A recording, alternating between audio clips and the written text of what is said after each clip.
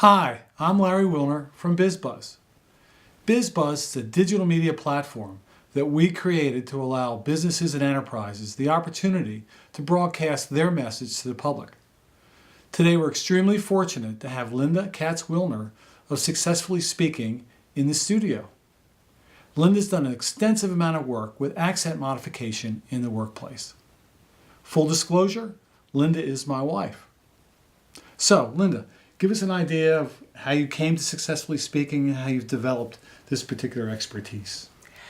I'm a communications specialist, but my background is as a speech and language pathologist. I've worked with communication disorders and I'm licensed and certified to do this.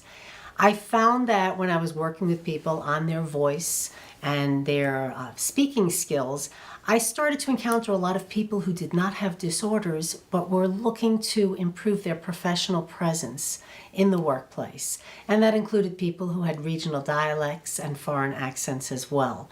So with Successfully Speaking, I've evolved into providing training and communication skills for people in the professional world to help them achieve excellence in communication. And that's how Successfully Speaking came about.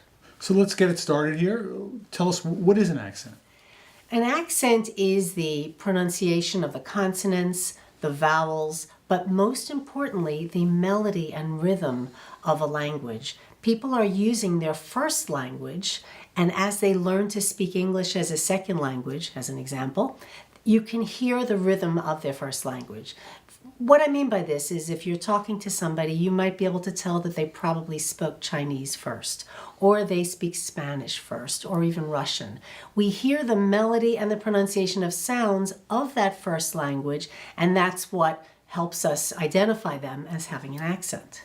So they're taking the rules from their primary language and they're applying those same rules to a new language that you're trying to utilize in the dominant culture, so to speak. So that creates the dissonance, so to speak, when you hear them. Exactly. It's the same thing that would happen as if somebody from New York went to France and tried to speak French. They might speak it with a New York accent because that's part of how we speak the language, and then it comes across to the native person in France as somebody having an accent. So I know there are some major groups that you work with in terms of clients. Give us an idea of what those different groups are. I do a lot of work with healthcare professionals, and that's where I started because I worked in the healthcare setting. So I work with doctors and nurses.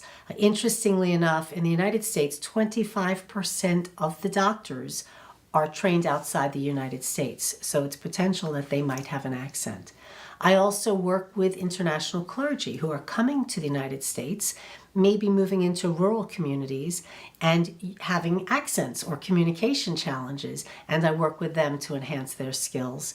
And the third major population I work with are STEM professionals, the science, technology, engineering, and math professionals who have worked maybe on computers or doing research in the lab, and then they have to learn to improve their communication skills because they're moving up into more management positions or they're speaking at conferences. So I know you've worked with a diverse population, but let's take each one of those groups. Let's talk about specific problems that you address in those groups that'll give us information about accent modification in general.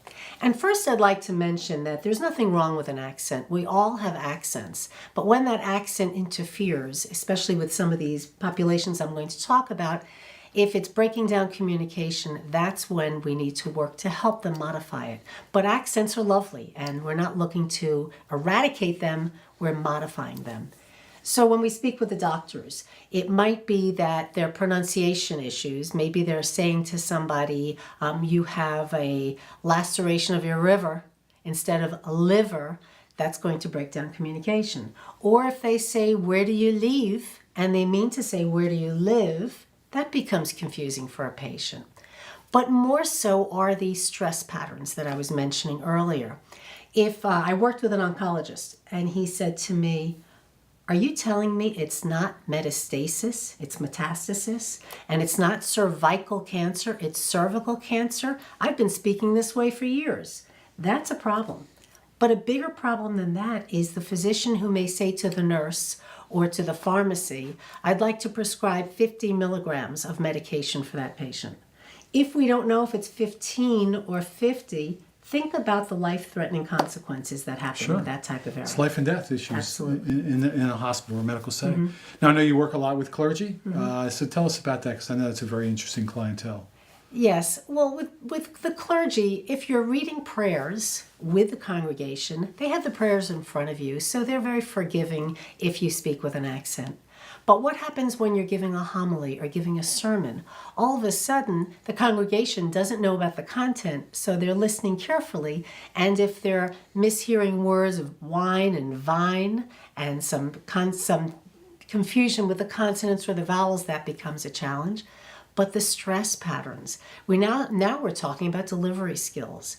How many clergy members want to make sure that their congregation is listening to them and they have a dynamic homily or sermon? I work with them and I coach them on not just their accent, but how to speak in a way that keeps people awake and keeps their attention. And the last population that we're going to talk about right now is one that I'm always interfacing with in the digital media world, and that's the IT or the STEM professionals. Right. Tell us a little bit about the work you do there. Right. Many people may start their career working with their computer or working in the research lab. And as they move up in their career, all of a sudden they're asked to lead a team or to speak with the CEO of the organization or to present at a conference or interface with the client by telephone. And that's where all of a sudden, even though they have excellent language skills and writing skills, when they're speaking, they may not be understood. So those are the times I would work with them.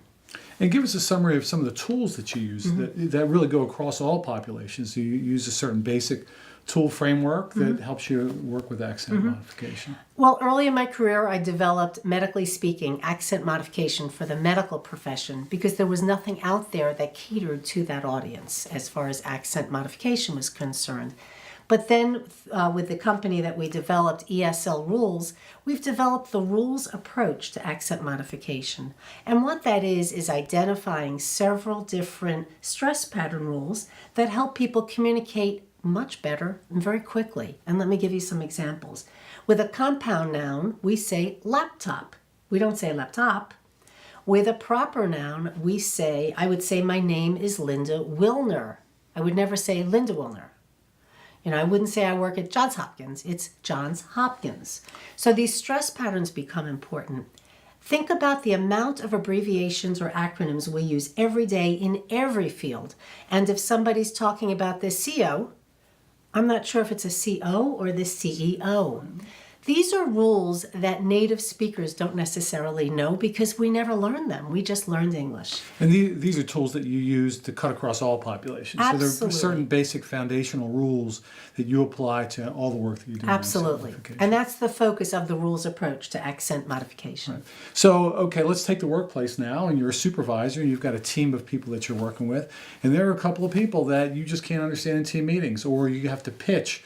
Maybe say you're doing some fundraising. You have to pitch some financial institutions. How do you address that? Okay. That's often a challenge for HR professionals because the question comes up, is it accent discrimination? And well, everybody wants to be politically correct and careful in today's environment. It is not accent discrimination if, in fact, that person needs verbal skills for their position. And there have been court rulings on this. If somebody needs to use communication, verbal communication when they're speaking, and they're not up to par, it's certainly within your realm to contact them and say, look, we need to work on your communication skills. And the best opportunity for this is when they're having a performance review, their annual review, because most people come up with the goal of improving their communication skills in the coming year. That opens up the door where you can now say, all right, we know how we can work on the communication skills, and we know somebody who can help you with that. So if you address it properly, it becomes a growth opportunity for everybody.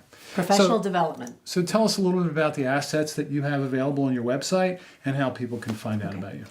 Besides the training materials that we sell, we also have many free resources. We have videos on the American accent, and that can be accessed for free. And that talks about the rules that we're talking about.